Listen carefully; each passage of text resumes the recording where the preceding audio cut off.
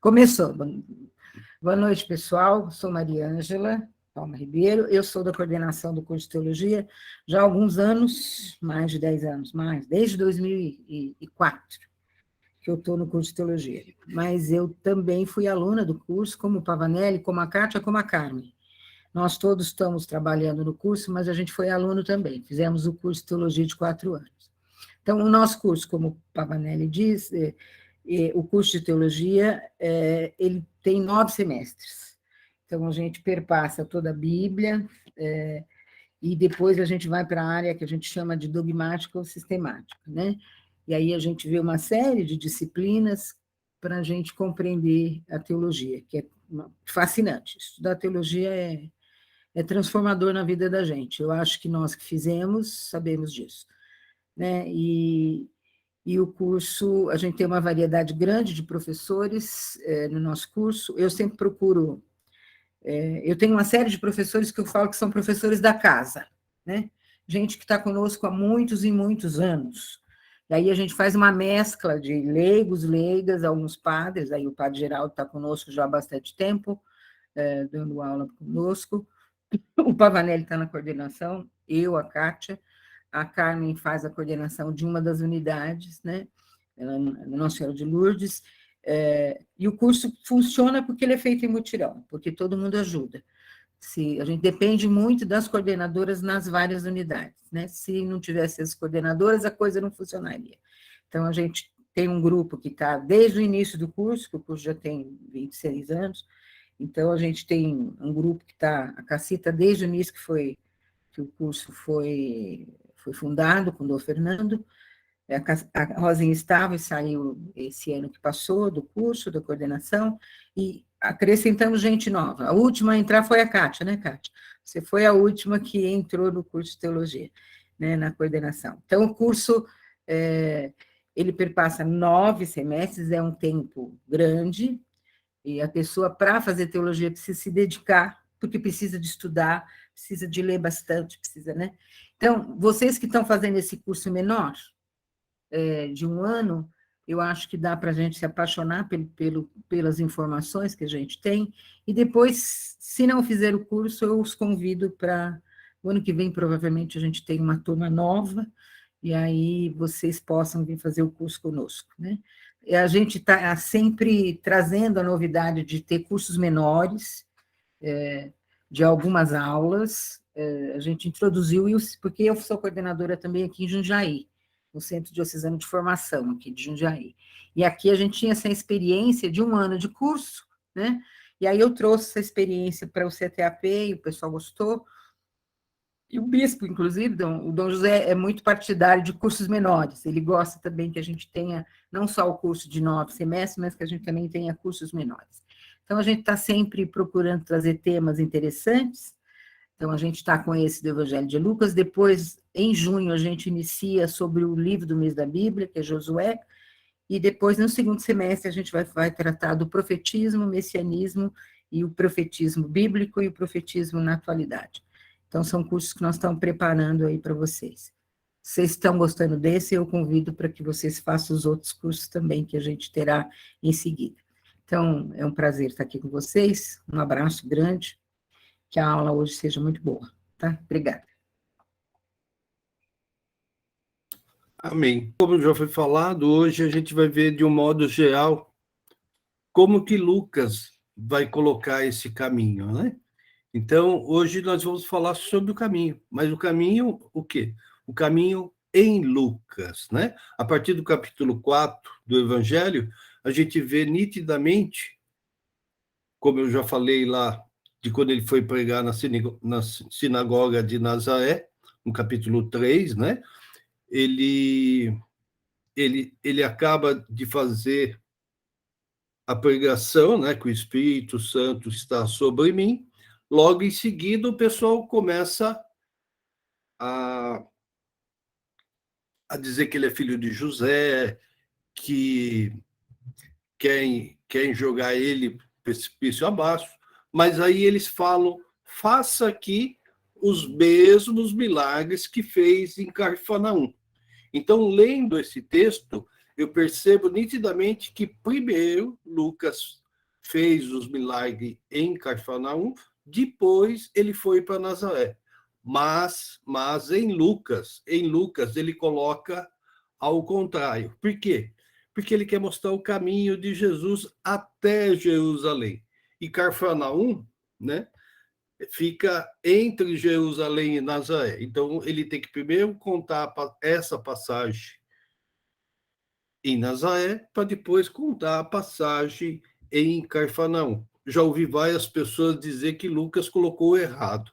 É a pessoa que não entendeu que Lucas está traçando o caminho de Jesus, né? É o caminho, que caminho que é esse? É o caminho da fidelidade, né? Mas vai ter vários obstáculos nesse caminho. Então, toda vez que a gente está lendo Lucas, ele quer levar você em alguma direção. Então, ele está sempre levando Jesus nessa direção, até a paixão, a vida, paixão, morte, ressurreição e ascensão do Senhor, né? Lucas 24, Atos 1, 8. A partir daí, ele começa a levar o Espírito Santo. Passa para mim, Kátia. Então, quem é Jesus para Lucas, né? Jesus para Lucas é o Salvador, sem dúvida nenhuma.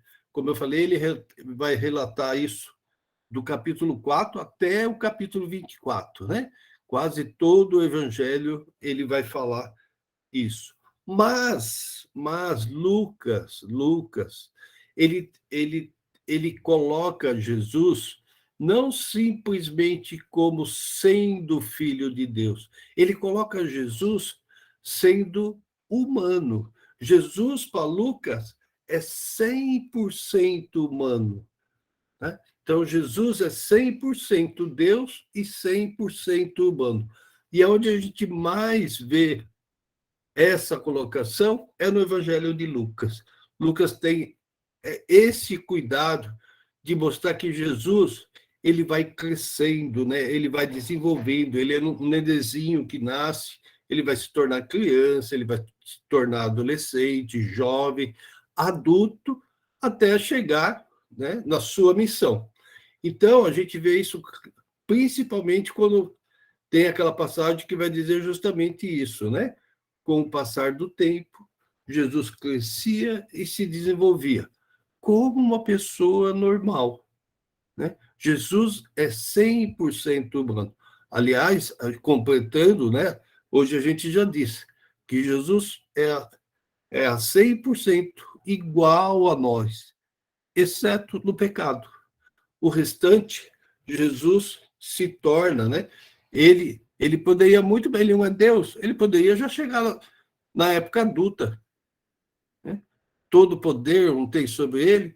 Então, Lucas vai mostrar que esse poder, o maior de todos os poderes, é não fazer parte dele. A gente tem uma vontade imensa, né, de querer esmagar os outros, né, de querer impor a nossa vontade. E a gente vê justamente Lucas relatando ao contrário. Aí o que vai acontecer? Ele vai exaltar quem? Vai exaltar os pobres, os humildes, os mais necessitados. Mais um para mim, Kátia. Então, mesmo sendo Deus, Jesus não se faz dessa força, né? Como vai dizer principalmente na carta aos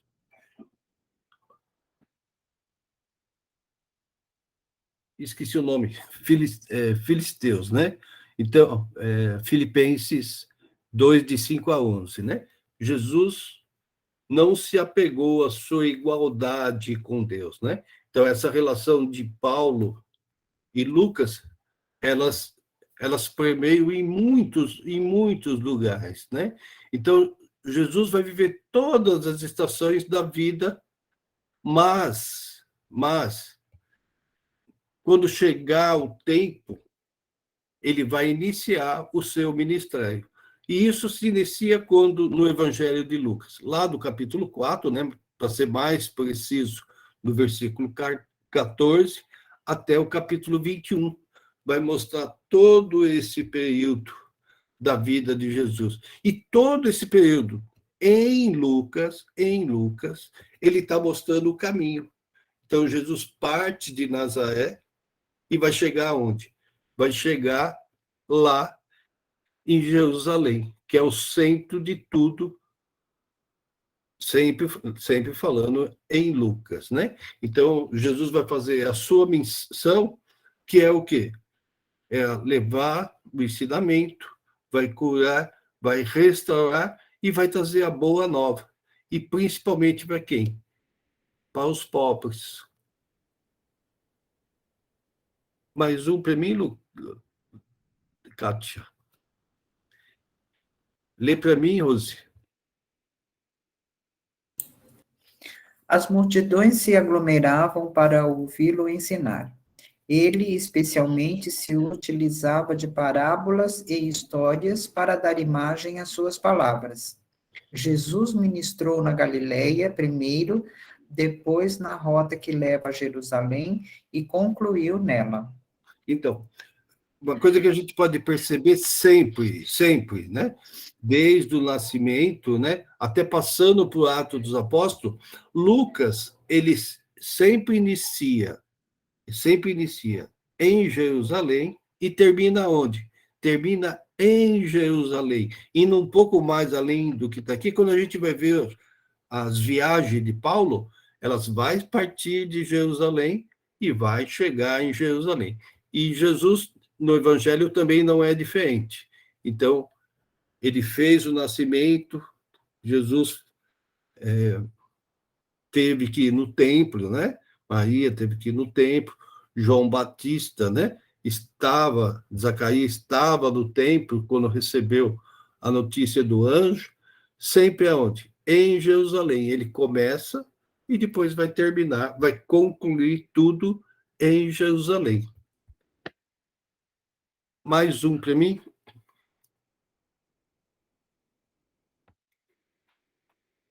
Então, Lucas, ele quer mesmo dar muita ênfase no ensinamento de Jesus.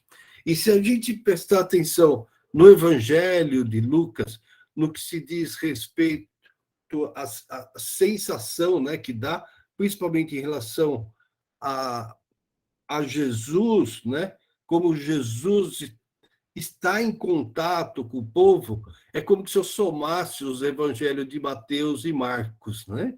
Que formam os três evangelhos sinóticos. Lucas, ele é como nessa parte de sentimento, né? De sensação que a gente tem em relação a Jesus, é como se fosse a soma dos outros dois evangelhos sinóticos, né? Mais um, por favor, Kátia. Então, lê para mim um ponto. Passou dois. Aí você fez eu me perder aqui. Aí. O Evangelho de Lucas é uma proclamação do acontecido com Cristo Jesus. Isso. Salvação. Tá. Como lembra lá em Lucas 1, né? Então, Lucas, ele quer fazer um trabalho científico. Lucas quer fazer um trabalho científico. Ele pesquisou, ele conversou com as pessoas que estavam, né, que foram contemporâneas de Jesus. Ele leu a respeito e montou o seu trabalho. E a gente nunca pode esquecer que ele montou o trabalho para quem? Ele montou o trabalho para os amigos de Deus. Então, eu fiz um trabalho científico para quem? Para todo aquele que é amigo de Deus. E a grande pergunta que ele vai fazer depois, lá em Lucas 24. Né? Quem tiver ouvido, que ouça, né? Quem são os amigos de Deus? A salvação realizada por ele. Então, quando a gente está lendo Lucas até 16, ele coloca o templo do Antigo Testamento. Até aqui, no batismo de João, chegou as leis e os profetas, tempo de Deus Pai. A partir daqui é o tempo de Deus Filho. Ele narra e ele vai falar: agarre com todas as suas forças, porque chegou o Salvador. É a própria revelação que está presente no meio de nós. Isso vai até quando? Pode-se No mistério de sua encarnação, morte e ressurreição. Exato. Então, a partir desse momento, né, ele vai restaurar e vai fazer a ascensão do Senhor, e só e somente porque ele faz a ascensão, ele manda o Espírito Santo e a gente dá início ao templo, né, do Deus Espírito Santo. E isso é o quê? Tudo isso. É um manual de catequese que ajuda no processo de iniciação e de reiniciação à fé. Isso. Como a gente já viu nas aulas passadas, esse mistério do Pai, do Filho e do Espírito Santo não está só em Lucas, né?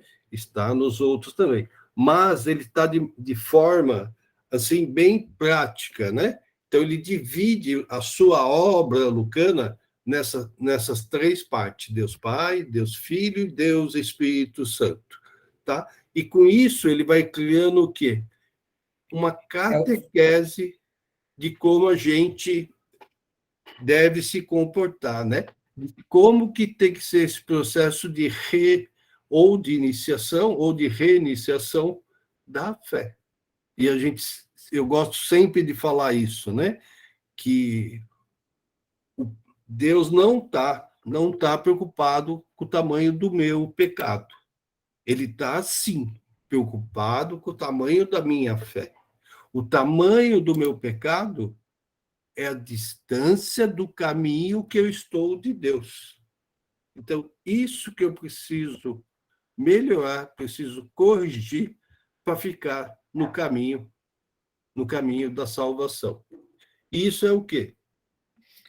É o fruto do esforço da Igreja depois de longo desenvolvimento da prática evangelizadora. Exato. Então, a partir, né, da vinda do Espírito Santo, lá em Atos 1:8, né, sobre os apóstolos, que eles saem pregando em Jerusalém, que é a cidade que eles estão, a Judéia, Samaria, que forma Israel, né?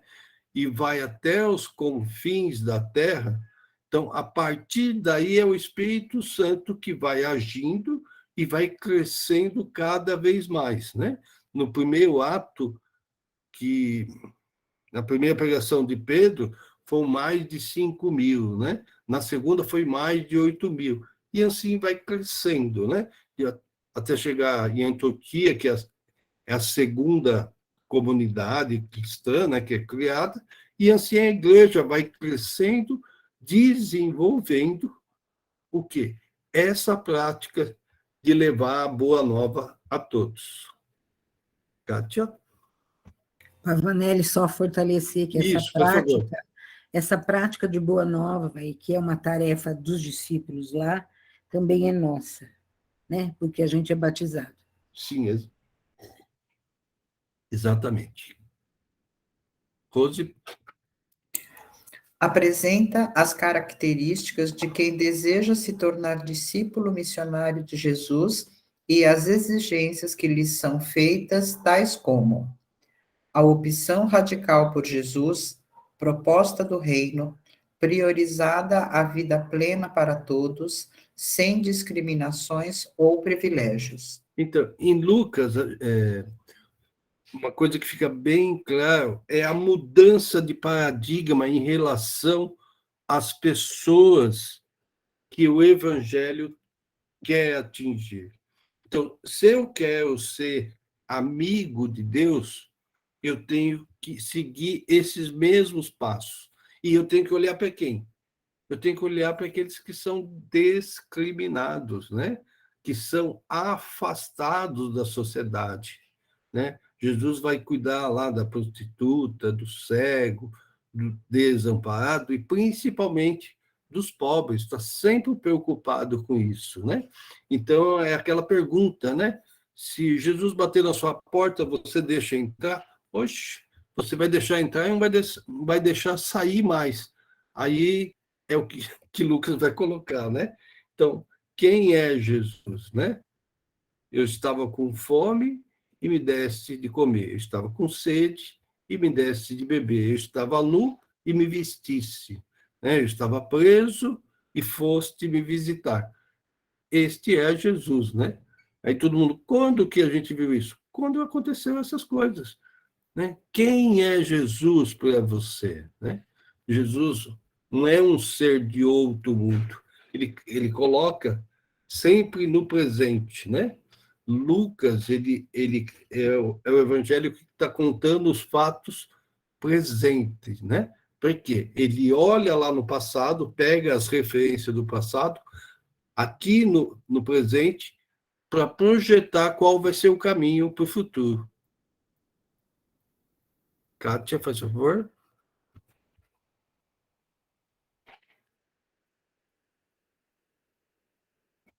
Então, o ato de carregar a cruz é o que, Rose?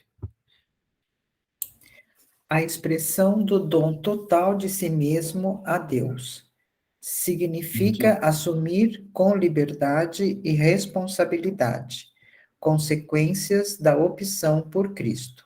Então, a gente fala que Cristo morreu pelos nossos pecados, mas ele fez isso com liberdade. Ele tinha essa liberdade. Ele não é Deus, ele poderia muito bem não ter feito, né? Existe até um filme que fala as tentações de Jesus, que aí ele retrata no filme como se Cristo não tivesse ido à cruz, o que aconteceria, né? Então, quando nós recebemos essa boa nova, nós reconhecemos isso e procuramos também estar nesse caminho. Nós procuramos o quê? O serviço. Né? Semana Santa está aí, né? Quaresma. Quantos serviços tem para ser feito? Veio a pandemia, a igreja até fechou um período, né? Aí começaram a passar. Na verdade, aqui, pelo menos, a gente começou primeiro no WhatsApp, nós começamos a fazer a missa, né? Na verdade, não é nem missa, é a celebração. Depois passamos para o Face, né? E depois passamos para o YouTube. É um processo, foi evoluindo. Mas depois foi parando, foi liberando com quantidade restrita e tal. E hoje, basicamente, pelo menos legalmente, está liberado, né? Inclusive está liberado até sem máscara, mas o nosso cardeal falou que não, que todo mundo dentro da igreja deve usar máscara, enfim. Só que muita gente deixou de vir na igreja. A pessoa que deixou porque realmente está com medo da pandemia é um caso, mas é a minoria. A maioria usa isso como desculpa para deixar de fazer esse serviço. A maioria que é um ponto que ela conseguiu para deixar de fazer esse serviço. Então, é uma desculpa que você arrumou até para si mesmo para deixar de fazer isso. Então, garanto, se a gente for pesquisar, a pessoa deixou de fazer isso, mas ela vai no mercado, ela vai na feira, ela vai em todos os outros lugares que tem tumulto de pessoas. Então, quando a gente fala que o evangelho é para os pobres, porque ele quer mostrar que normalmente, não sempre, mas normalmente, quando Deus começa a te dar alguma coisa material, você faz mau uso dela. Você ganha um carro, aí você passa o domingo todo lavando o carro. Você ganha uma casa, não para mais de limpar ela, nunca está limpa. Então, você tira todo o tempo que tinha de Deus para cuidar desses bens materiais. E esquece principalmente do quê? Das orações, e principalmente das orações pessoais. Lê para mim esse pedacinho. A vivência litúrgica é igual experiência com Cristo. Evangeliza o mundo igual Espírito Santo. Exatamente, né? Então, se a gente percebe nitidamente que Lucas ele não tem todo o conhecimento judaico de Marcos e Mateus. Por quê? Lucas é o que mais vai falar que Cristo rezou. Se a gente pegar em Lucas 6, por exemplo, antes de ter a escolha dos 12, Jesus rezou a noite inteira. Né? Ele não rezou uma horinha, 2 horas, ele rezou a noite inteira. Depois do batismo, Lucas é o único que vai colocar Jesus rezando depois do batismo. Tá certo que aí tem esse problema, como eu falei, né? Isso é normal para os judeus, né? Para o pessoal na época oriental. Para nós, né? Principalmente para essa cultura grega, romana da época, isso não é anormal. Então, chama a atenção de Lucas, né? Então, a pessoa que vive a liturgia, ele começa a ter experiência de Cristo. E automaticamente ele começa a evangelizar o mundo, com a ação do Espírito Santo que está dentro de cada um de nós. E a gente nem percebe isso. Quando você já deve ter ouvido falar isso um monte de vezes. Fora da igreja não tem salvação. Nossa, então você vai dizer, então só salva quem está dentro da igreja? Então, primeiro tem que saber o que é igreja. Se eu falar igreja católica, apostólica, romana, talvez você esteja certo. Mas quando eu falo igreja, se eu pegar nos documentos principais da igreja, por exemplo, na Gaudium et Spes, igreja é o povo de Deus. Então, como que pode ter salvação fora do povo de Deus? Então, o que acontece? A pessoa que tem essa vivência litúrgica é igual a pessoa que vai para a escola. Meus filhos, por exemplo, e talvez muitos de vocês, eles não foram na escola para aprender a ler, escrever ou fazer essas contas básicas. Eles aprenderam em casa.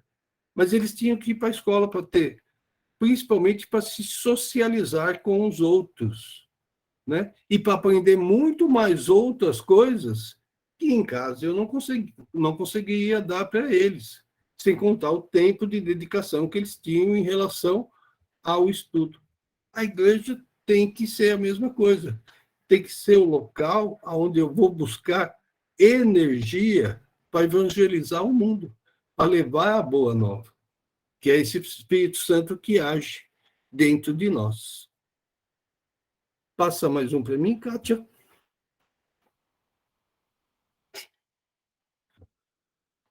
Eles quer ler? Pode ler. O Evangelho de Lucas e os Atos dos Apóstolos. Mais uma linha. Mais uma linha só. Unidade literária e teológica. Então, a gente nunca pode esquecer que a obra lucana é formada do Evangelho de Lucas, mais do Ato dos Apóstolos. E principalmente em teologia, a gente percebe nitidamente essa mudança que ele vai fazendo em relação a Deus, né? Como eu falei, ele vai mostrar lá Deus Pai, Deus Filho e Deus Espírito Santo. E aí ele apresenta o quê? Apresentam o caminho profético e salvador. Mais uma linha. Deus Pai percorre um trajeto com a humanidade. Isso, né? Antes, né? A lei e os profetas. Inicialmente, Com o povo da aliança, por meio de Jesus e das primeiras comunidades, até a plenitude do reino para todos preparado. então, isso já falei um monte de vezes, né?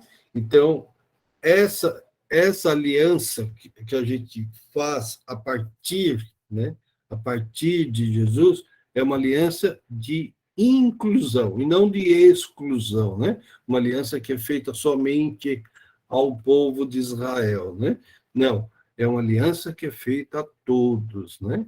Se a gente lembrar de João Paulo II, ele vai falar que nós e os evangélicos temos 95% de coisas comuns. Então, por que a gente fica brigando por causa de 5%? Então, na realidade, a gente acaba esquecendo um pouco qual que é, né, a plenitude do reino. A gente acaba esquecendo a boa nova e fica dando importância para detalhes muito pequenos. Passa mais um para mim, por favor.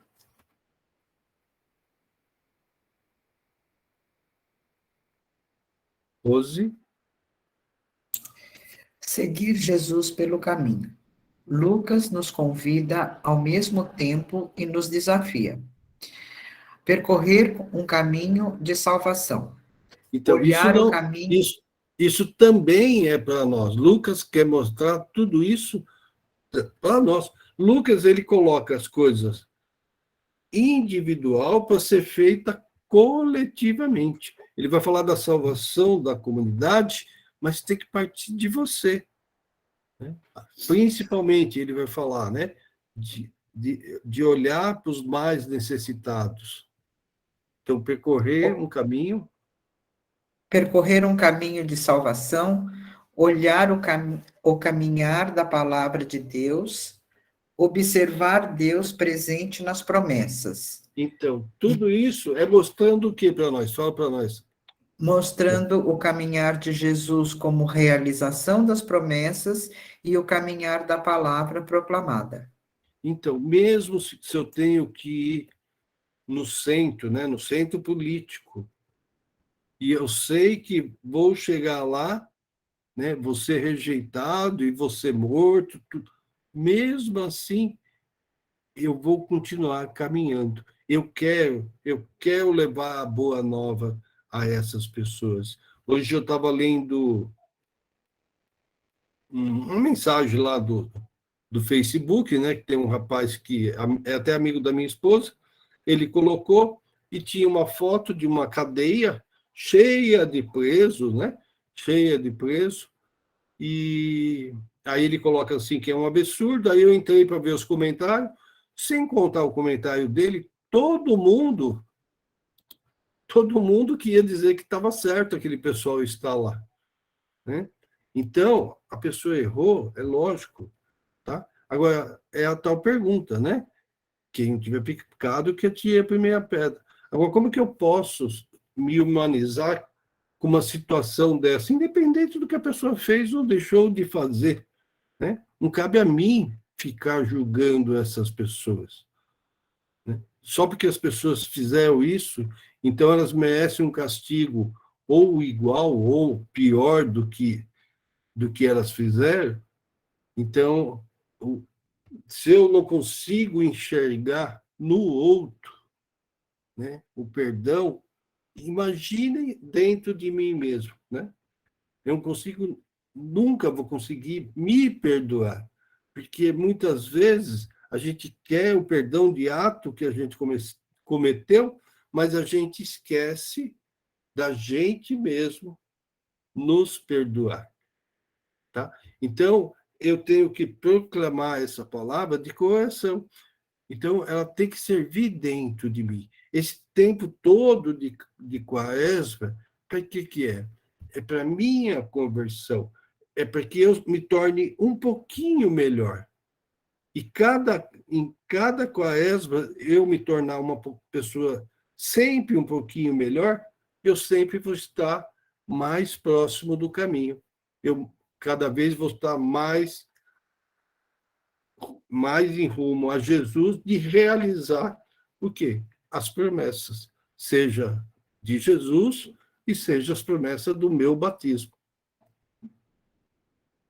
Kátia?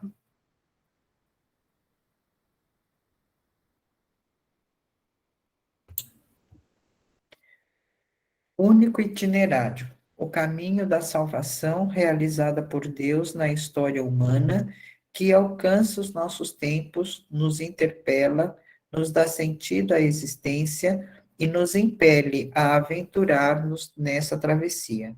Então, o grande problema nosso, né, é não saber, né, aonde eu quero ir.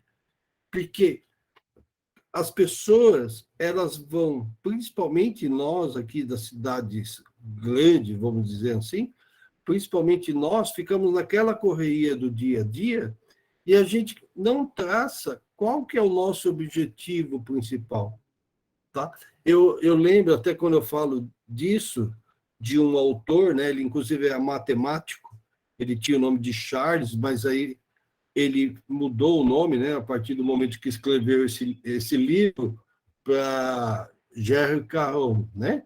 Então, ele, no século XVII, ele escreve um livro famoso, que eu garanto que todos vocês já conhecem, que é Alice no País da Maravilha.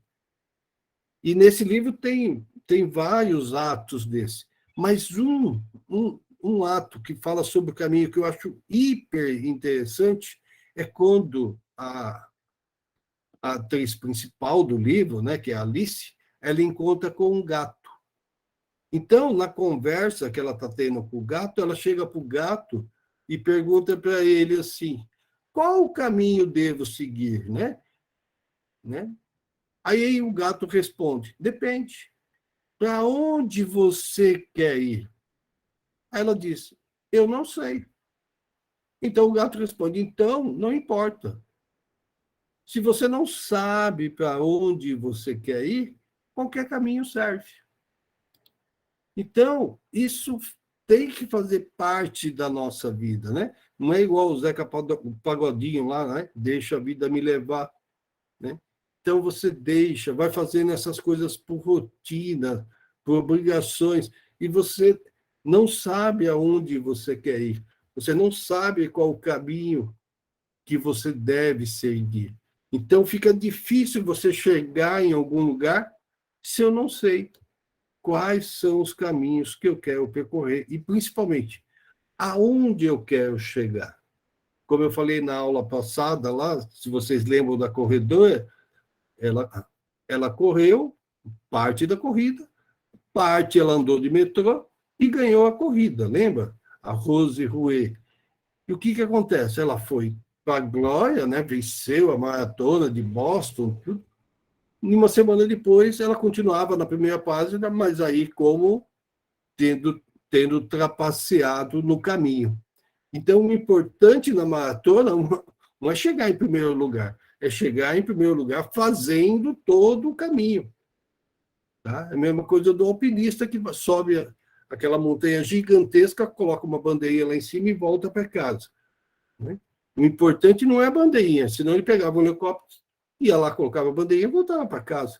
O importante é o caminho, é seguir esse caminho, é estar nos passos de Jesus, fazer as coisas de maneira correta. Não adianta nada eu querer grular o caminho, né? Querer pegar um desvio. O caminho de Deus é um caminho reto, é o caminho da retidão. Por isso que o pecado faz com que eu me afaste desse caminho. Então, por isso que esse tempo quaresmal pede, até dentro da igreja, vai pedir que é um tempo de confissão. Né?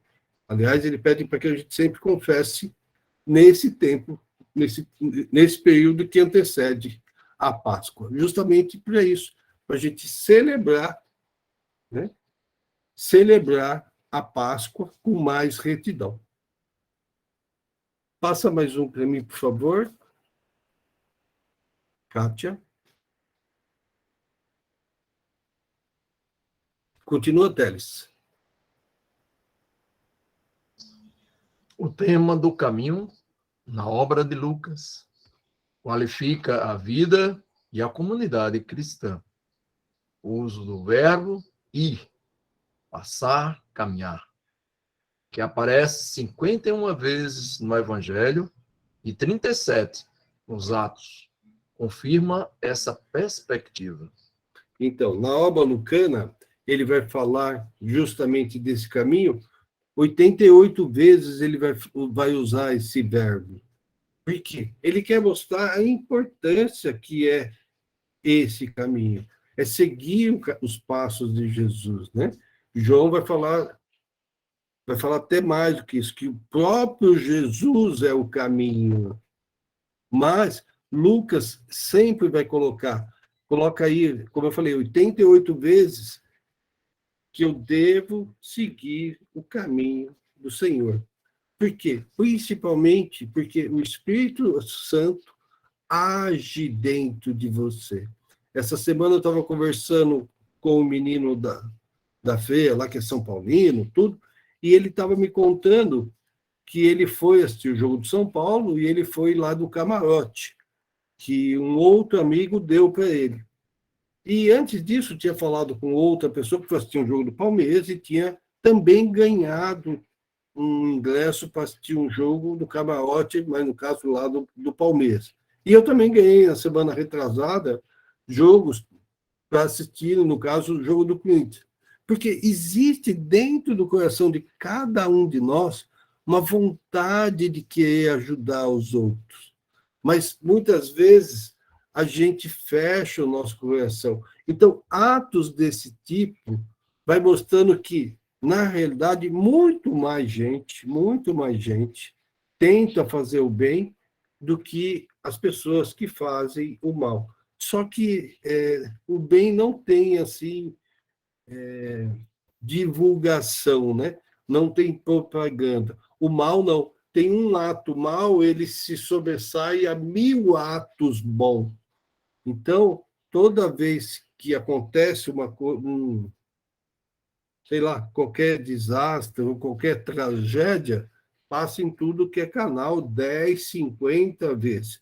Mas quando tem atos, né, gigantescos de ajuda às pessoas, dificilmente isso passa, né? Dificilmente isso é divulgado. E tem que ser dessa maneira mesmo, né? É na retidão, no silêncio, na oração, que a gente consegue ficar sempre mais próximo a esse caminho. Kátia?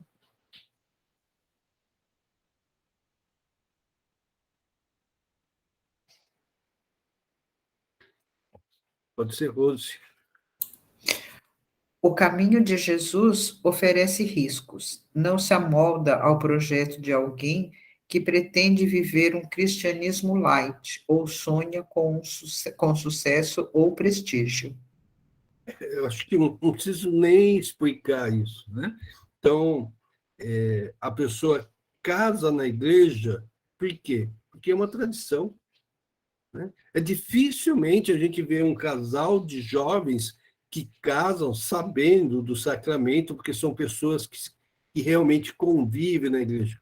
E mais difícil ainda é você encontrar jovens, né, que queiram fazer a crisma e principalmente consciente daquilo que está fazendo.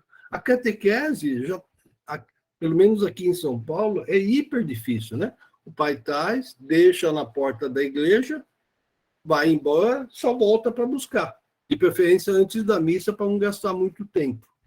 Então, cada vez mais, né, a gente quer um cristianismo assim. Eu vou na missa lá uma vez por mês, eu vou na missa às vezes, né? Ou eu só vou na missa, eu não me importo,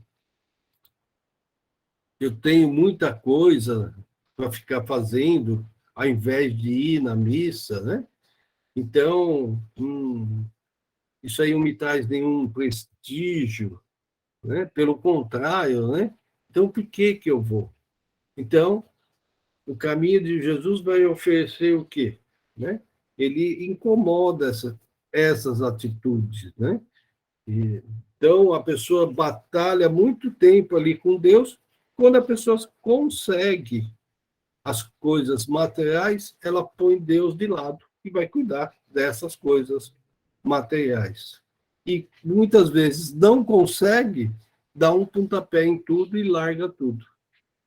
Tá? É o caso que eu falei, por exemplo, quantas e quantas pessoas eu conheço da minha paróquia mesmo, que participavam da minha paróquia, não vêm mais na comunidade, inicialmente devido à pandemia, e simplesmente abandonaram, né?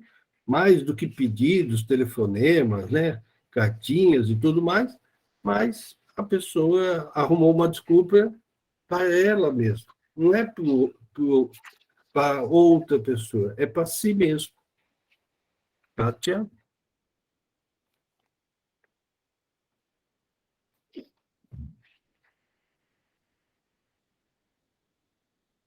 O Evangelho segundo Lucas é uma narrativa bastante particular. Então, é interessante que quando a gente lê o Evangelho de Lucas, né? Se a gente lê realmente com o coração, a gente percebe o que ele fala lá no começo, né? Eu escrevo para vocês, amigo de Deus. Né? Então, aqui, todo mundo que diz que é amigo de Deus, é para vocês que eu estou escrevendo. Então, ele tem esse costume bem particular, mas ele vai falar sempre, né, da salvação coletiva. Só um minuto, deixa eu fechar a janela aqui, que muito barulho.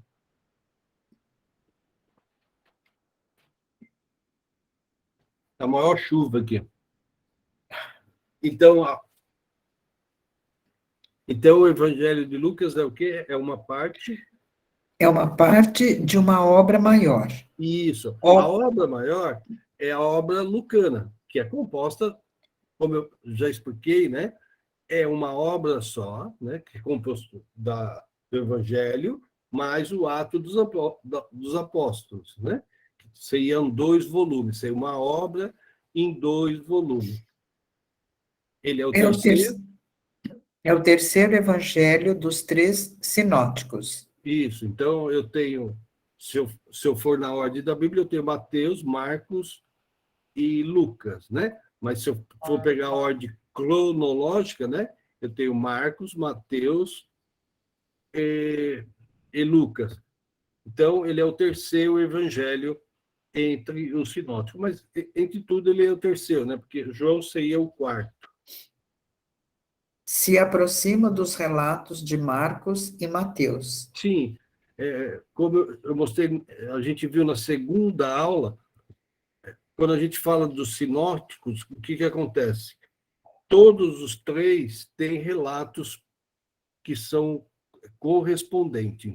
Então, da maneira da comunidade de Marcos, escreveu, por exemplo, lá, a cura do paralítico que os 4 amigos levam para que Jesus cure. Então, esse relato, na realidade, tem nos 4 evangelhos.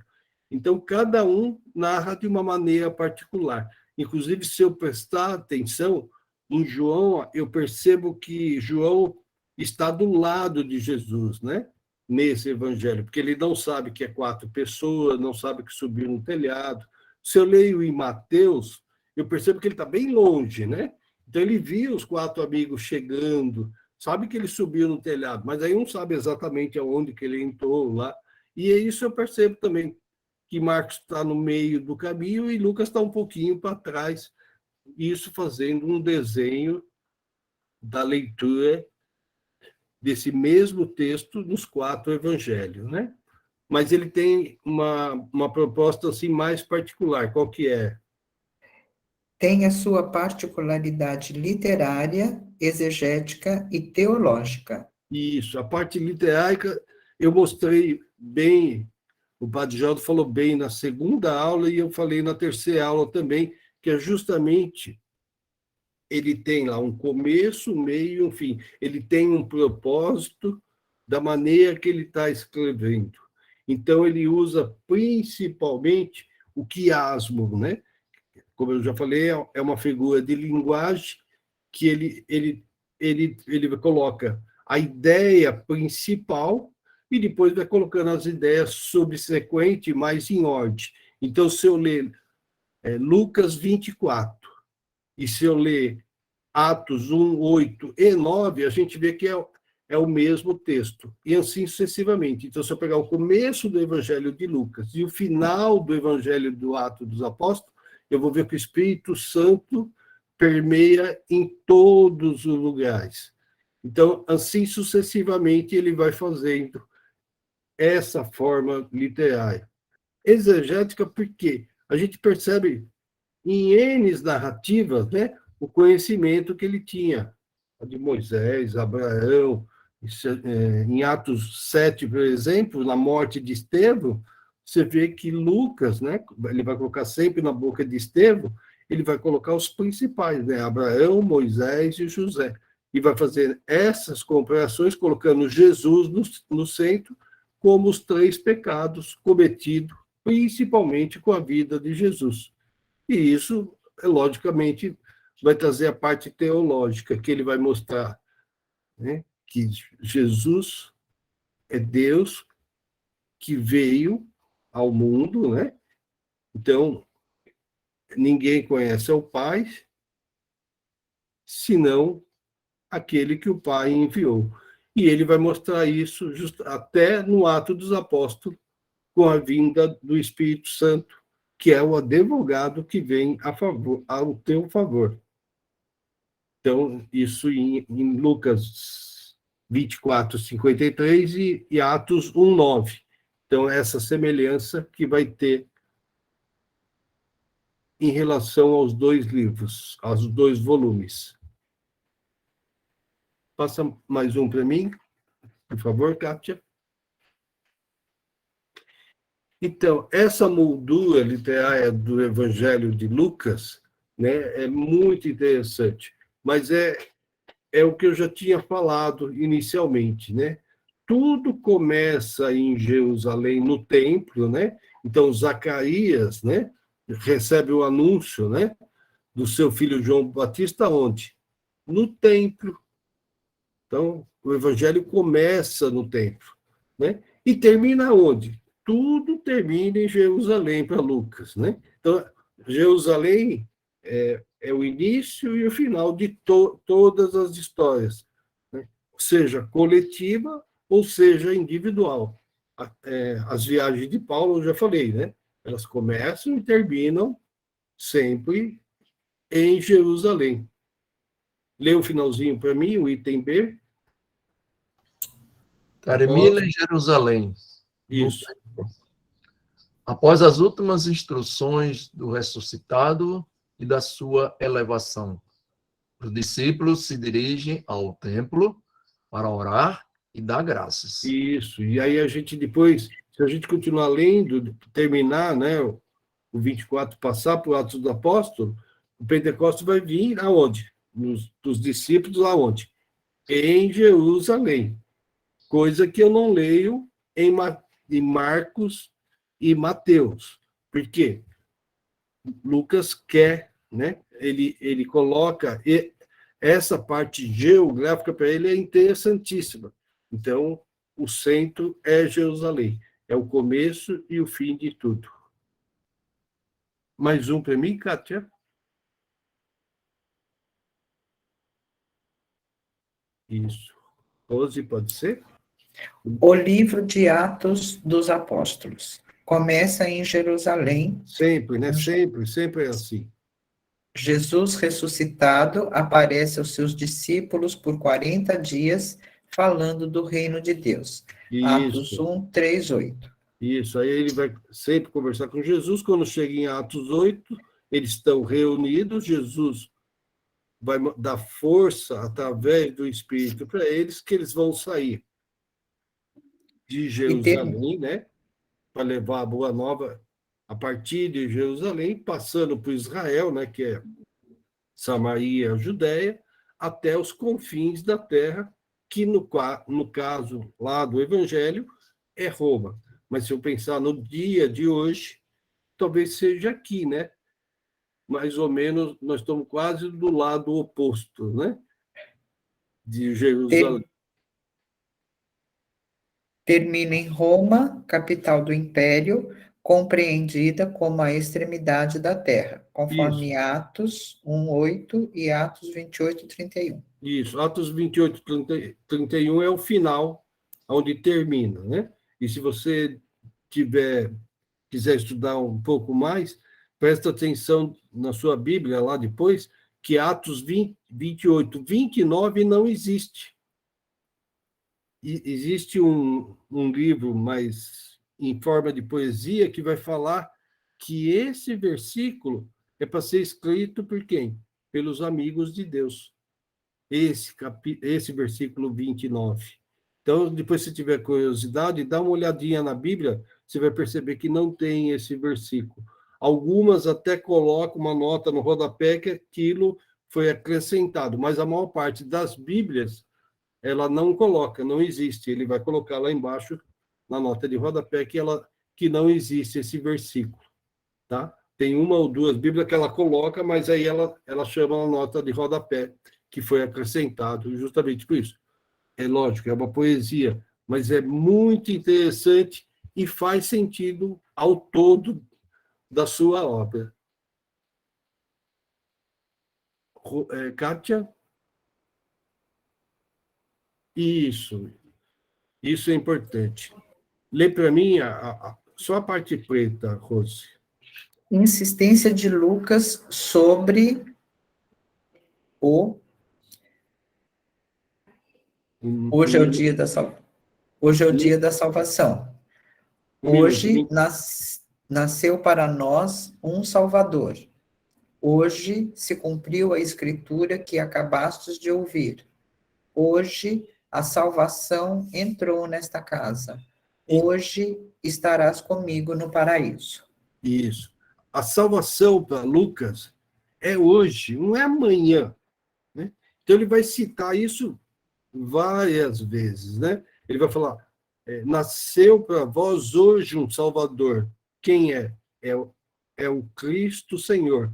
Então ele fala logo no comecinho lá, Lucas 2, né? 2:11, se eu não me engano. Então outras passagens, né? Hoje se cumpriu essa passagem da Escritura, quando Jesus está no templo, né?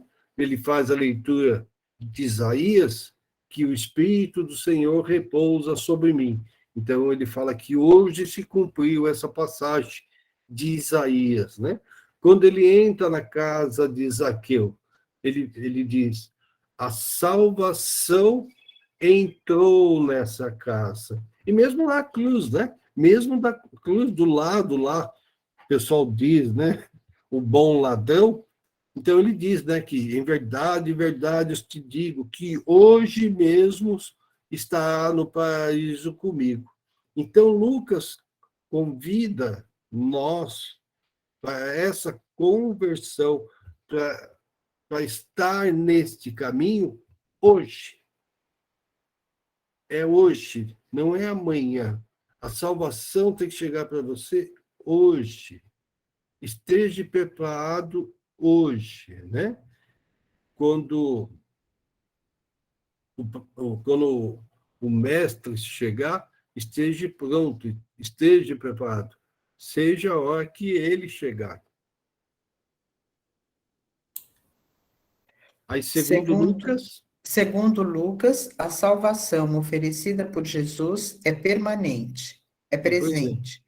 Se realiza no hoje da história humana, no hoje da vida de cada pessoa que se abre à comunhão com Ele. Então, quem quer estar disposto a ter comunhão com Jesus, é agora. É agora que eu estou disposto, é agora que eu quero a salvação. E para isso, eu preciso essa conversão agora, né? Pode o homem velho nascer de novo?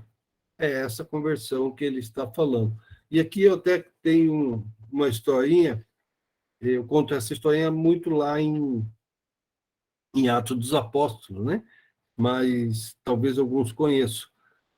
Bem resumidamente, uma senhora já de idade ia todo domingo ela ia na missa. Mas teve um domingo que ela estava indo para a missa e teve um acidente de um menino com moto. E não tinha ninguém para socorrer o menino. Então ela socorreu esse menino e levou para o hospital. Mas aí, até cuidar dele, tudo, quando ela voltou, já tinha acabado a missa. Então, ela até confessou tudo, mas ela não assistiu à missa esse dia. Algo que ela faz desde criancinha, sem faltar por hipótese alguma. Quando ela morre, ela corre ver o seu livro lá, e ela percebe que está errado o livro, que o livro diz que ela foi à missa somente um dia. E ela, como que é isso? Toda semana eu vou na missa. Todo domingo eu ia na missa. E lá relata que só e somente naquele dia ela teve essa intenção de ir na missa. Nesse dia ela cuidou de alguém. Nesse dia ela teve comunhão compaixão, solidariedade com quem? Com o próximo. Que é muito fácil para nós aqui falar da guerra lá longe, né? É muito fácil eu falar das coisas que estão acontecendo mesmo lá no Rio, lá em Petrópolis, tudo caindo. Até em Franco da Rocha aqui é muito fácil. Agora, quando a coisa é do lado aqui da minha casa, com o meu vizinho, o menino da rua aqui, ou até dentro de casa, aí parece que as coisas ficam mais difíceis. Ficam mais difíceis, né? Não, a guerra, vamos rezar lá para o pessoal da guerra, né? Vamos rezar porque acabe a guerra. Isso é fácil, é cômodo, né? Mas a gente tem quantos moradores de rua aí morrendo, né? Aqui em São Paulo, ou até próximo de casa.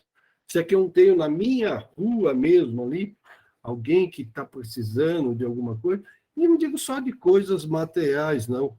Muitas vezes a pessoa precisa de um empurrão, ou na vida social, na vida, sei lá, pessoal, enfim. Muitas vezes a gente até é o quê? Muitas vezes a gente tem uma pedra no caminho dessa pessoa, né? Muitas vezes a gente é igual o Carlos Drummond de Andrade, né? Ele diz, ele vai dizer justamente isso, que no meio do caminho tinha uma pedra. Tinha uma pedra no meio do caminho. Tinha uma pedra no meio do caminho que tinha uma pedra.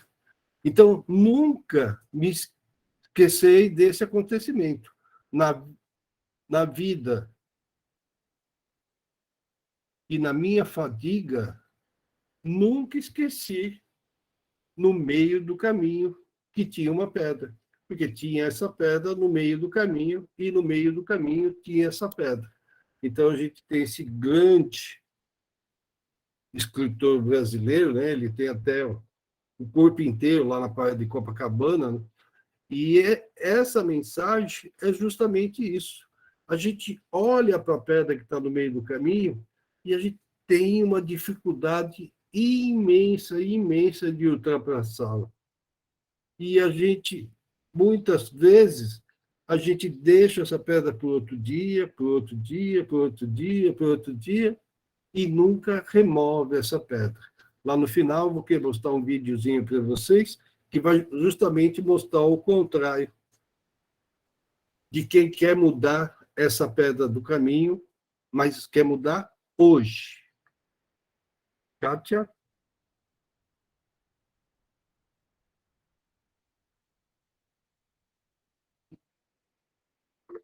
Ok. É só um minutinho. João, pode falar, João. Então, essa história de salvar a pessoa, eu conheço de outro jeito. Que a pessoa passava por um caminho, Uhum. e nesse caminho tinha uma árvore oca, ele punha uma pedra lá, cada vez que ele ia para a missa. Okay. Um dia ele resolveu, ele fez uma boa ação, né? Uhum. Ele salvou um animal que estava em maus apuros, né? Enroscado no arame farpado, e perdeu a missa, porque ele demorou para tirar o animal do arame farpado, né? Uhum. E aí um dia, depois, eu já tinha até esquecido esse fato, e falou, vou ver quantas vezes eu fui na missa. Foi lá contar, só tinha uma. Era essa história aí. Valeu, obrigado. Isso aí, você falou da ponte, você imagina o seguinte, né? A Maria Ângela vem do lado da ponte com um presente para mim. E eu aqui vou com um presente lá para Maria Ângela. Então, chega no meio da ponte, eu dou o presente para Maria Ângela, ela dá o presente para mim, ela volta com um presente e eu volto com um presente. Então, eu saí com um presente e voltei com um presente. Ela também saiu com um e voltei com um. Agora, ela vem me contar algo novo, ela vem me informar. E eu venho contar algo novo para ela. Ela conta para mim, eu conto para ela, e nós dois vamos sair com duas coisas novas. Então, quando eu levo, né, o conhecimento para alguém, Então, isso vai aumentando, vai divulgando, né? Então, a boa nova que eu levei, agora não pertence mais a mim, pertence a mim e a ela. E a que ela trouxe também não pertence mais a ela, pertence a ela e a mim, e assim sucessivamente. Então, Lucas escreve para quem? Lucas escreve para o público grego que desenvolveu a filosofia de modo que os gregos davam importância para a formação do homem como um todo, de Isso. modo que eles possuíam um modelo ideal de homem. E Lucas, no Evangelho, vem justamente apresentar Jesus Cristo como este modelo de homem. Isso. Então, no grego, eles sempre querem a perfeição, isso é normal. E em relação ao homem também. Mas Lucas, com a cultura, né, com essa cultura grega, também romana, né? Então, a gente não pode esquecer que a cultura romana é quase 100% a cultura grega mesmo, né? Ela é formada através da cultura grega. E essa relação é muito mais próxima de nós aqui, de nós que estamos assistindo a aula, de nós aqui do Ocidente, né? Do Oriente, isso é um pouco... não tem tanta importância, né? É o caso lá das 12 tribos, né? Quando Lucas vai colocar Matias para substituir o Judas que tinha morrido, né? O Judas, o traidor, morreu.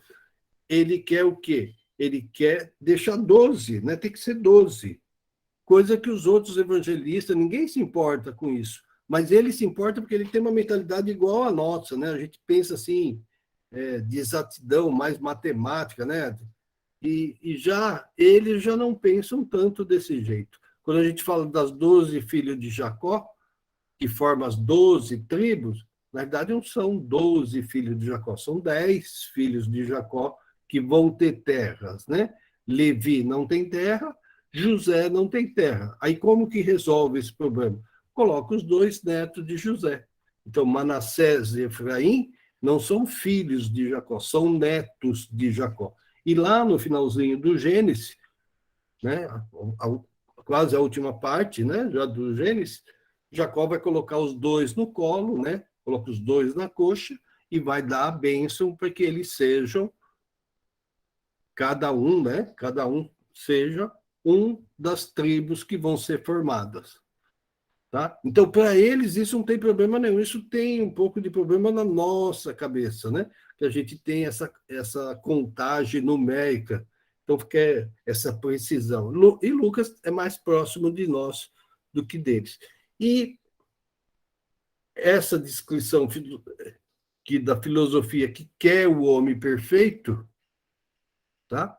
Essa filosofia grega, então, Lucas vai colocar quem é esse homem perfeito, 100% humano. É o próprio Jesus Cristo. Tá? Há um livro que vai falar assim, Jesus, né, é tão humano, tão humano, tão humano, que se tornou divino. Kátia?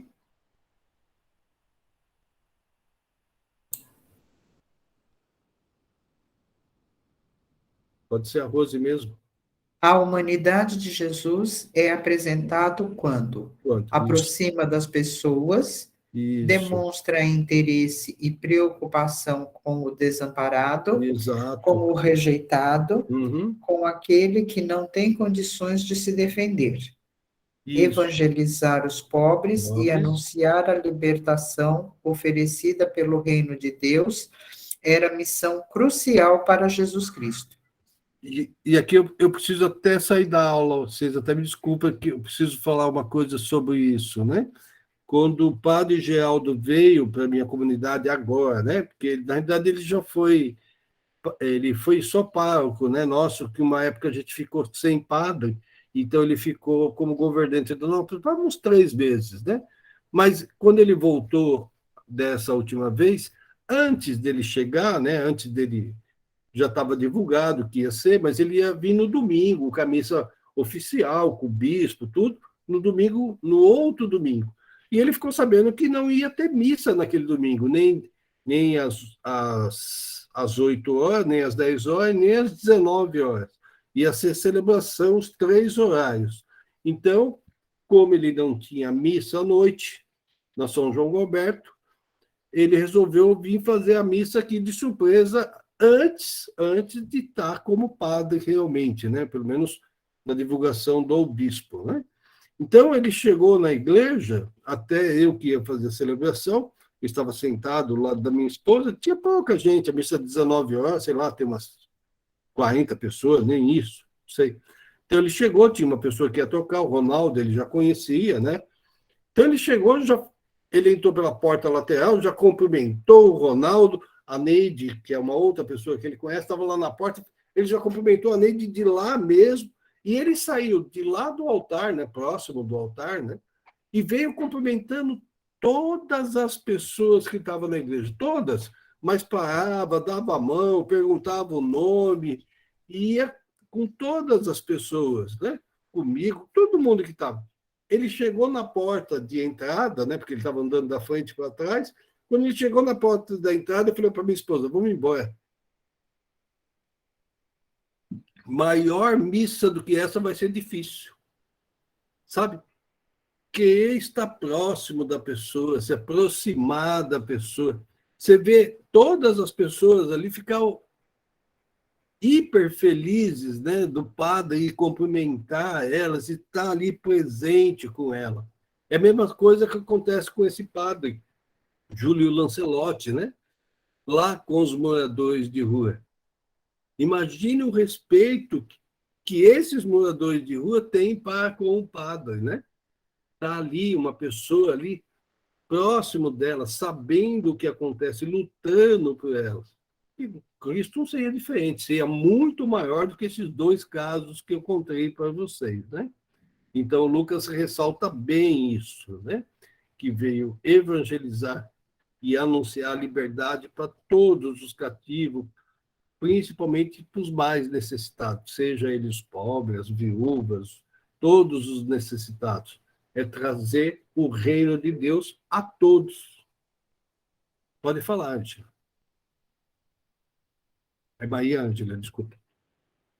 Não, é que você me conhece como Ângela, né? Isso. Não é? E eu te Isso. conheço como Zico.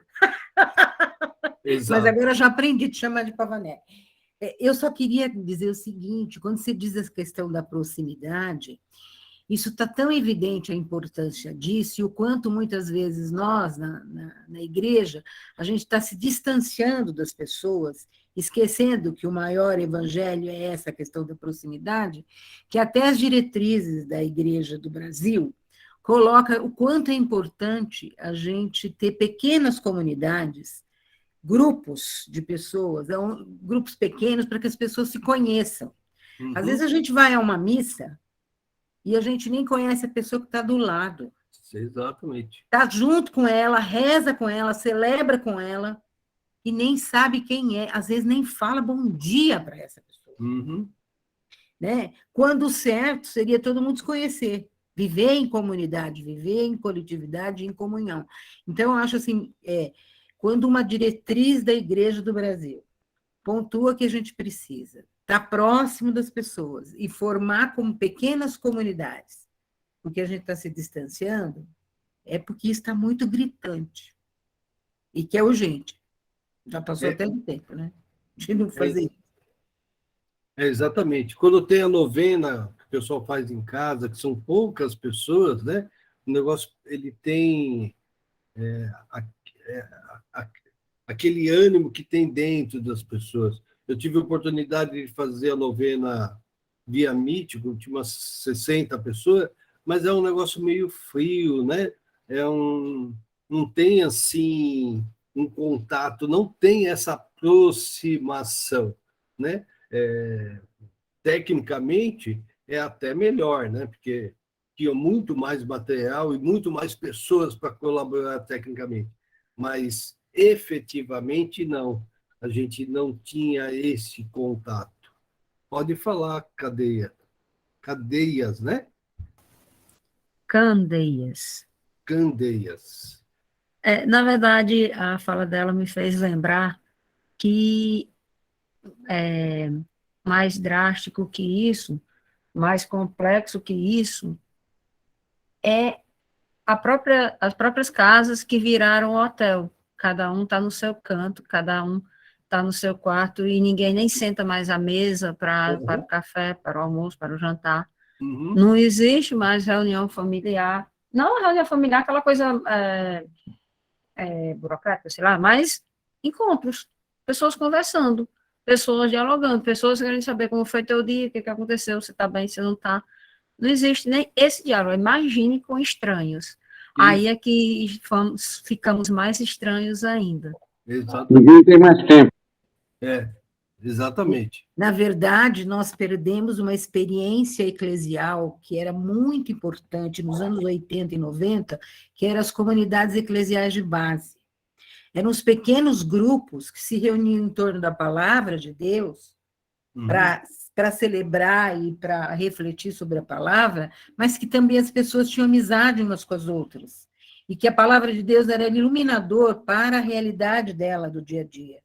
E ali, além de refletir da palavra de Deus, se falava das dificuldades que cada um vivia. E, às vezes, se uniam para resolver problemas coletivos.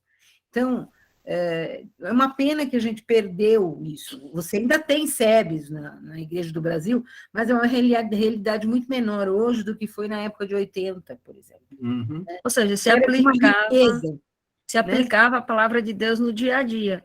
Por meio das vida estava ligado, né? Ela tinha vida, exatamente. Fé e vida não se separava a Bíblia da vida, e a vida da Bíblia, as coisas estavam ligadas. Exato. Mais um para mim, Kátia.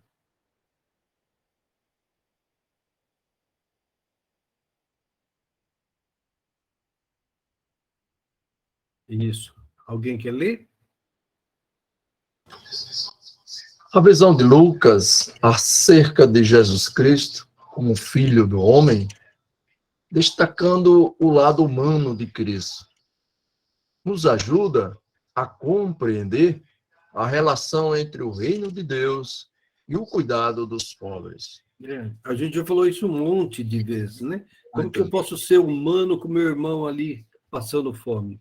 Pois revela um Cristo cheio de compaixão, que se preocupa com o ser humano de forma integral. Ou seja, Jesus oferece um tipo único de salvação que não se restringe apenas à alma, mas traz cura para o corpo, bem-estar humano e respeito à dignidade da pessoa humana.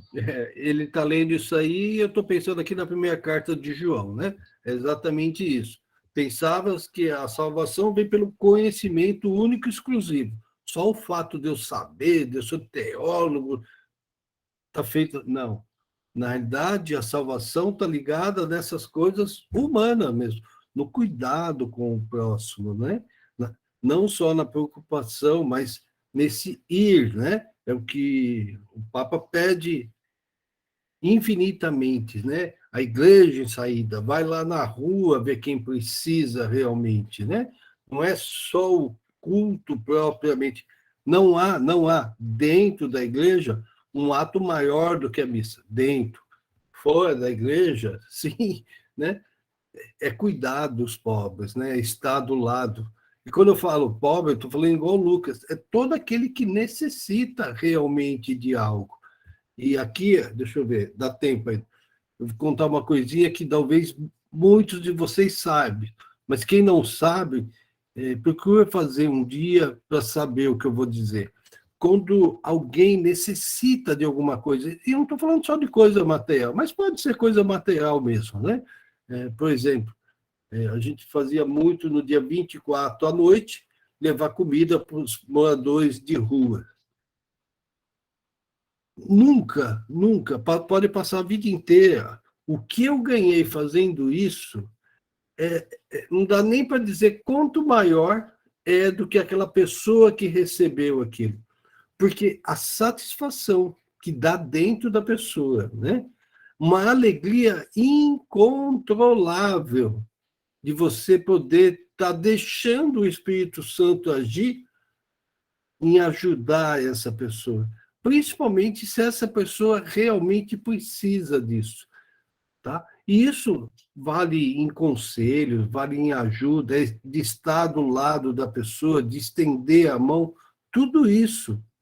Isso traz um bem, né? Um bem que eu diria que faz bem até para o corpo da pessoa, né? Essa satisfação pessoal que tem na pessoa. E não é uma coisa assim visível para os outros, mas ela é totalmente palpável para você que fez isso.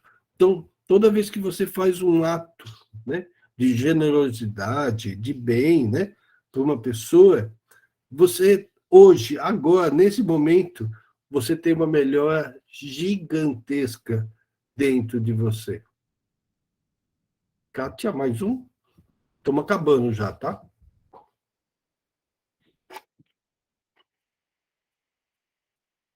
Alguém lê para mim o Evangelho de Lucas? O Evangelho de Lucas evidencia esta compaixão de Jesus por aqueles mais simples, mais humildes, aquelas classes sociais que estavam à mercê da exploração e injustiça.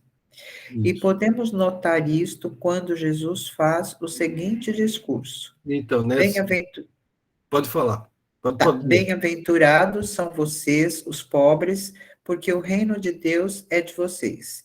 Mas quem que é Bem-aventurados o reino? O reino é para os pobres, né? Quem mais é bem-aventurado? Bem-aventurados são vocês que agora têm fome, porque serão saciados. Uhum. Bem-aventurados são vocês que agora choram, porque vocês hão de rir. Tá? Lucas 6, 20, 21. E assim vai as bem-aventuranças. Mas é para você ver que ele coloca realmente isso, né? Que bem-aventurados são essas pessoas. Então, quanto mais próximo eu quero ficar de Jesus, quanto mais no caminho eu quero estar, mais eu tenho que estender a mão para puxar pessoas próximo desse caminho. Kátia, tem mais dois ainda, né? Pavonaro, uma pergunta bem rapidinho, Pode fazer. tá? Quando usa o termo bem-aventurança, né? Uhum. Mostra um contraste, né? Tipo, que agora tem fome porque serão saciados. Uhum. O termo bem-aventurança é num significado, no sentido de esperança, ou é no sentido mesmo de mostrar justiça? Fome e sede de justiça, né? Então, o que é? É só você ver esse monte de leis absurdas que que o governo, de um modo geral, faz, né? Que quanto mais você conhece, mais abismado você fica. Então, a pessoa tem assim, sabe? Como que alguém pode fazer isso com a população? Por exemplo, eu falei de Petrópolis lá. Teve só um ano que o pessoal desviou lá quase $500 milhão de dinheiro que é para ajudar aquelas pessoas. E desviou de forma legal, né? De formas da lei, né?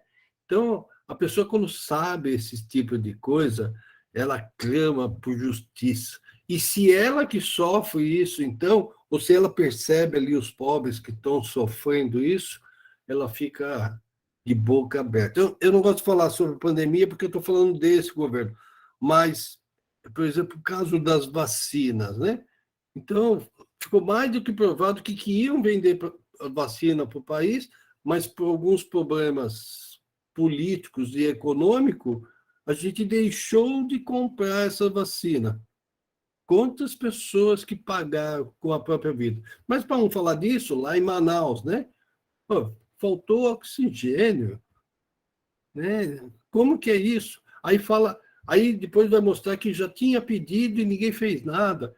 Então, essa forma de justiça é isso, é ver o povo ali, principalmente, né, morrendo, passando fome, passando necessidade, principalmente, sendo que se a justiça fosse feita, ele não teria essa necessidade, né, de passar fome.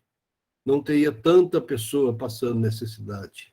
Mesma coisa aqui em Franco da Rocha, que todo ano tem problema lá, todo ano tem problema de enchente lá, né? Que tem problema da represa, que abre a represa, tudo. Ninguém faz nada. E assim sucessivamente, né? Eu poderia falar 1 milhão de coisas que ou fazem ou deixam de fazer. Estão falando aí tanto do Pacaembu, né? O Pacaembu foi privatizado, tudo, e o pessoal está alegando que, devido à pandemia, eles têm que ficar com a praça também agora. Né? Quer dizer, eles têm problema e quem vai pagar é exatamente a corrupção não tem fim. Não tem fim. A quantidade de dinheiro que é roubado nesse país é coisa absurda. Isso, a maior de todas é os juros que o governo paga para o banco. 2/3 de tudo que o Brasil arrecada vai para o banco. Tá? Então, 2/3 é para pagar juros dos bancos.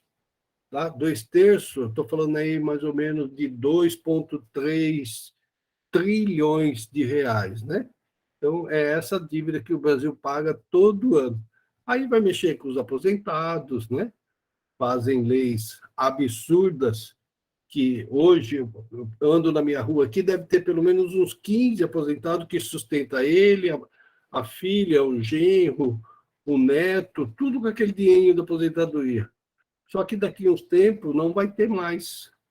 Então, a coisa vai ficar injusta, que dói, né? Então, toda vez que a gente vê essas atitudes, principalmente de quem deveria estar ajudando, está cada vez mais dificultando a situação. Né? Essa semana, a prefeitura estava querendo impedir lá o Júlio Lancelotti de dar comida para os moradores de rua, que é os caras que estavam na Princesa Isabel, lá, que falam que são usuários de droga, enfim. Né? Por que não faz alguma coisa? Por que não faz um lugar decente para eles? Né? Então esses são o tipo de injustiça. E como Curioso, aquela coisa, o Estado, quem deveria alimentar, as então, pessoas ainda quer impedir que alguém o faça. Isso, exato. E essa injustiça não é só do governo público, né? Muitas vezes tem injustiça dentro da igreja mesmo, né? Você vê cada coisa que o pessoal fala, por exemplo, do Papa Francisco, você fica de boca aberta, né? Tem pessoas que não querem, tem pessoas que, se pudesse, matavam ele. Ele publicou agora os novos decretos, a partir desse ano a mulher pode fazer leitura na igreja. Então tem gente que acha o cúmulo do absurdo, né? Tem muita gente que nem sabia, né? Mas, então, tem coisas assim tão simples e as pessoas acabam discriminando, né, outras pessoas, ou seja, por, sei lá, ou por sexo, ou por raça, ou por qualquer coisa que seja. Nós mesmos, quantas vezes... Parece aquela história de desviar do assunto mais importante. Vá procurar uma coisa importante realmente para discutir, uma política pública necessária, uma injustiça social, tu vai bater em cima de uma tecla bem pequenininha, né? Exatamente. Tá, então, esse penúltimo slide aqui é o mesmo do primeiro. Alguém lê para mim? Pode ser outra pessoa também. Caminhando eu vou. Se caminhar é preciso, caminharemos unidos e nossos pés, nossos braços sustentarão nossos passos. Não mais seremos a massa, sem vez, sem voz, sem história, mas uma igreja que vai em esperança solidária. Amém. Passo o último para mim, Kátia. Então, o último é algumas perguntas que eu faço para que você pense um pouco, né? É o mesmo texto, né? Como e com quem eu estou caminhando? Quem são as pessoas que estão caminhando junto comigo? Ou que eu estou caminhando junto com ela? Para onde estamos indo? Aonde queremos chegar, né? Quais são as luzes e sombras que a gente vê nesse caminho? E, principalmente, Eu vejo o fruto dessa caminhada, quais são? Alguém quer responder uma dessa pergunta para nós? Eu só consigo ver o Teles aqui, a Rose e a Ângela. Meu nome é Teles, eu faço parte da pastoral carcerária. Uhum. Mas não aqui de São Paulo, né? Não, Aracaju. Isso. Aracaju. Então, como e com quem estou caminhando? Essa missão que nós fazemos, visitando os presídios, evangelizando, muitas das vezes, ou para não dizer todas as vezes, a gente vai evangelizar e sai evangelizado. Então, é esse caminho. Exatamente, exatamente. Porque a impressão que a pessoa que nunca foi no presídio, a impressão é muito diferente da realidade, Uhum. muito diferente. Então, quando as pessoas visitam, é que vão ver que são pessoas, são pai de família, são filhos, são esposo, marido, e mulheres, né? Tem mães também. E por um momento, né, infeliz, em alguns casos, né? Momento infeliz, na cabeça quente, o cara fez um ato. E alguns estão ali pagando por injustiça. Não é todos que estão ali pagando pelo ato que fez. Uhum. A maioria estão ali por não ter uma condição econômica para pagar um advogado Exatamente. e está ali naquele momento. Quem fez está fora. E ele, como era o lado mais fraco, está ali sofrendo essas consequências. Então, esse é o caminho que nós estamos indo, né? Lá a gente vê que são as pessoas rejeitadas, né? Por muita gente. E aqui, desculpa o desabafo, né? Nós estamos aqui dentro da igreja, que você acabou de falar de igreja, e nós temos muito, aqui em Aracaju, nós temos muita dificuldade de encontrar padre para celebrar missa dentro dos presídios. Então, você vê a realidade, né? Que prega lá em cima, né, que devemos, é bíblico, né? Você acabou de ler essa frase, né? Uhum. Estava preso, eu fui visitar, e na hora que a gente convida para ir celebrar a missa dentro do presídio, a gente tem dificuldade. Faz o que eu falo, não o que eu faço. Isso. E nós tivemos uma reunião há 15 dias atrás com o nosso bispo, e quase todos os padres aqui, são 119 paróquias aqui em Aracaju, e o bispo, né, clamou que o Papa está solicitando a todos os bispos que passem para os padres que eles desçam do altar para ir para a periferia. Exatamente. O bispo participou dessa reunião. Ele chamou todas as pastorais que podiam, né, representantes, e falou isso com muita clareza. Vocês têm que descer do altar. Nós precisamos ir para a periferia, nós precisamos falar com o povo. E não ficar só dentro da paróquia esperando o povo ir para participar da missa.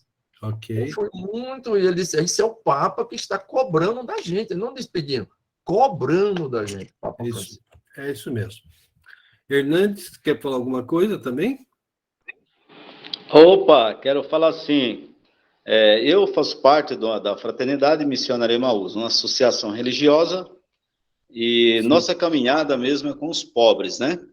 É com os pobres, nós ficamos 2 anos na Cracolândia, cada 2 anos nós ficávamos em algum lugar. E agora nós decidimos, tempos atrás, ficar 2 anos aqui também na periferia aqui da cidade de São Paulo. E o que a gente encontra, na realidade, são igrejas fechadas para os pobres. Nossa igreja está de porta fechada, ela não abre porta para pobre.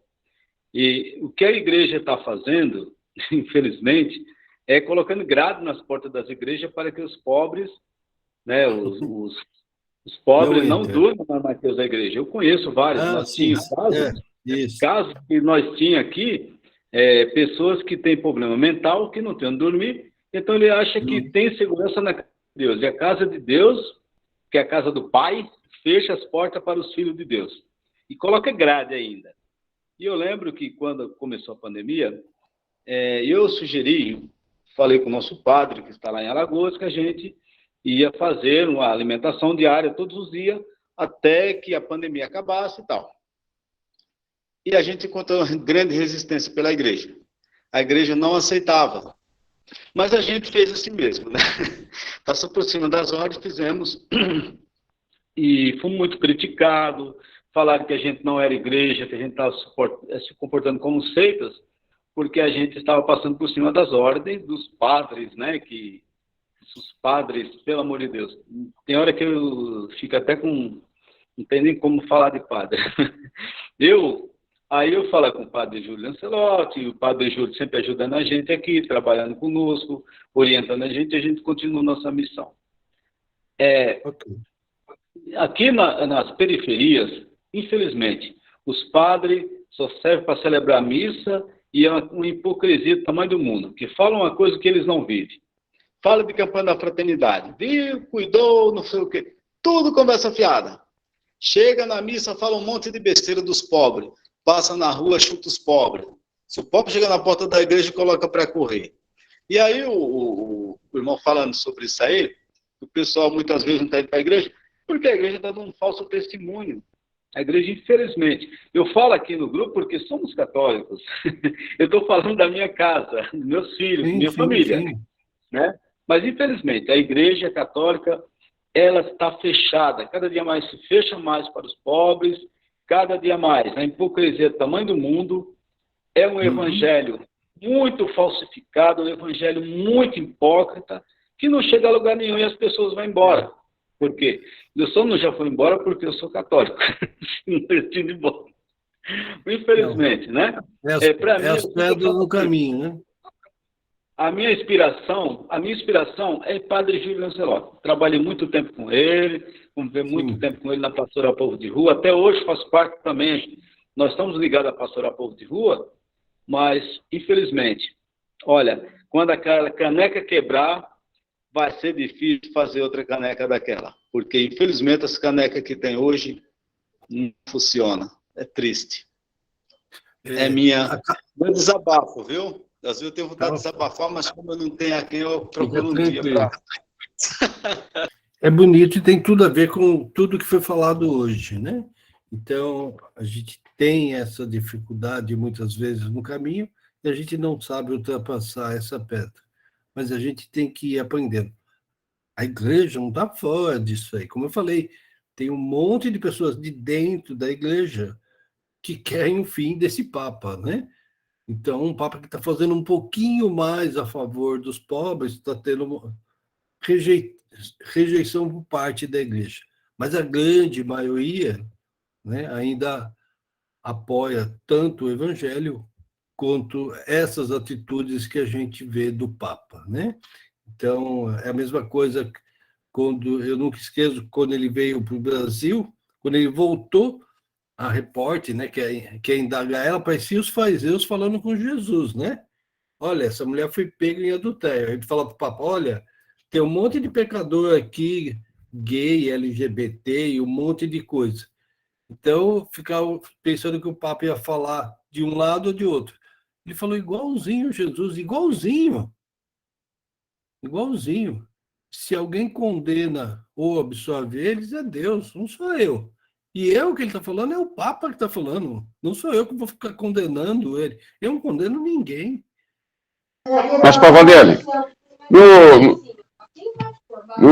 Fala, João. Romanos fala sobre isso, condena isso. Sabe? E Romanos condena isso. É o próprio Papa que está falando, né? Eu sei, mas em Romanos tem isso também. Na Bíblia, né? O livro de Romanos está condenando isso. Não é só o povo. A Bíblia fala sobre isso. Então. É o caso exatamente da mulher adúltera. A gente não está dizendo que o adultério é correto. Não, de jeito nenhum. O que Jesus está falando ali é não condenar. Se todo mundo que é pecador está condenado, então acabou o assunto, né? Então, pode todo mundo jogar pedra, ir embora para casa e jogar para si mesmo, né? Então, condenar os outros é fácil, né? Só que a gente condena aquilo que talvez a gente não faça, que acha que é muito mais repugnante do que aquilo que eu faço, né? Então, quando eu tiver coragem de assumir os meus erros, eu percebo que as pessoas agem muito mais corretamente, né? Um tem um, outro tem outro. É a distância que eu estou do caminho, né? Agora, não sou eu que vou medir, né, se o Hernandes está mais longe, o Teles está mais longe, ou a Rose está mais longe do que eu vou ficar me gabando disso. De jeito nenhum. Né? Fora do caminho, fora do caminho. Então, se eu estou mais perto, se eu acho que eu estou mais perto, então vou tentar trazer eles mais próximos do caminho, né? E se eles estão mais perto, é com eles que eu tenho que andar para ficar mais perto. Então, cada vez a gente tem que se aproximar disso. Isso é o que o texto fala, né? É lógico, né? A pessoa comete certas coisas, a gente acha repugnante. Mas eu não tenho que condenar essas pessoas. Né? Eu tenho que ser profetas para quê? Para divulgar a injustiça, as coisas que afetam a comunidade. Tá? E mesmo achando, igual que eu gostei muito do Papa, é justamente isso. Ele não está falando que está certo isso, mas ele não está ali condenando isso. Então, pode ser o pecado que for, né? Pode ser o pecado que for. É a mesma coisa, a gente fala, é errado ser homossexual. É errado roubar também. E a gente não perdoa o pecador. Hoje mesmo eu li lá, né? Jesus falou, hoje mesmo, não é amanhã. Hoje está no céu comigo. Então, o que é mais errado? Ser o ladrão, ele não fala que roubou, né? Ele fala que é ladrão. Possivelmente não, possivelmente ele tinha algum crime político, né? Normalmente quem é crucificado. Mas não bem é o caso. O que vem é que ele cometeu. Aqui também. Então a gente muitas vezes quer colocar na balança, a gente quer medir, a gente quer julgar. Né? Eu sei disso. A palavra mesmo diz, né, que o único pecado que não tem perdão é contra o Espírito Santo. Então os demais têm. Né? Só também pedir perdão a Deus, né? Exatamente, João, exatamente, isso mesmo. Tá bom, pessoal, se desculpe, hoje estamos em cima da hora, né? A gente tem 2 minutos só. Então, a semana que vem não tem aula, né? Isso já estava na nossa programação, porque é Sexta-feira Santa, né? Então, nem missa tem na Sexta-feira Santa, né? Muito menos aula. Então, a gente só se encontra na outra semana. Mesmo sendo emenda de feriado, a gente está lá no nosso calendário desde essa época. Mas também a gente tem um grupo ali para ficar conversando, falando. Tudo isso eu vou colocar para vocês. Esse slide eu já coloquei, mas os vídeos que nós usamos eu também vou colocar lá. Inclusive, a consagração à Nossa Senhora também vou colocar lá para vocês. Tá ok? Quer dar a última palavra para a gente encerrar? Maria Ângela? Eu quero agradecer a oportunidade de estar aqui com vocês. Foi muito boa aula, eu acho que foi muito boa a partilha, né? Uma delícia. De vez em quando eu apareço, não apareço sempre porque eu tenho uma série de outras coisas para fazer. Então, eu desejo que vocês aproveitem bastante a aula, façam bastante perguntas, porque eu acho que isso é importante. É nessa troca que a gente se enriquece mutuamente, né? Então, é um prazer estar aqui. Obrigada, Pavanelli, pela sua colaboração, né? E todos vocês de estarem conosco. E, terminando esse curso, se inscreva no próximo e venha fazer curso de teologia conosco, né? Quem ainda não fez, venha, que nós estamos de portas abertas. O ano que vem a gente começa um curso novo, tá bom? Fala, Carmen. Aproveitando a tua deixa, eu vou colocar, então, no grupo também o Face, né, do CTAP, tá? O pessoal entrar, curtir, tem muitos artigos legais, tem muitas coisas, assim, atuais lá, e vocês vão gostar bastante, tá bom? Curtam, divulguem, compartilhem. É isso aí, a Carmen que faz esse trabalho junto com o Jairo de alimentar o nosso Face lá, tá? Amém.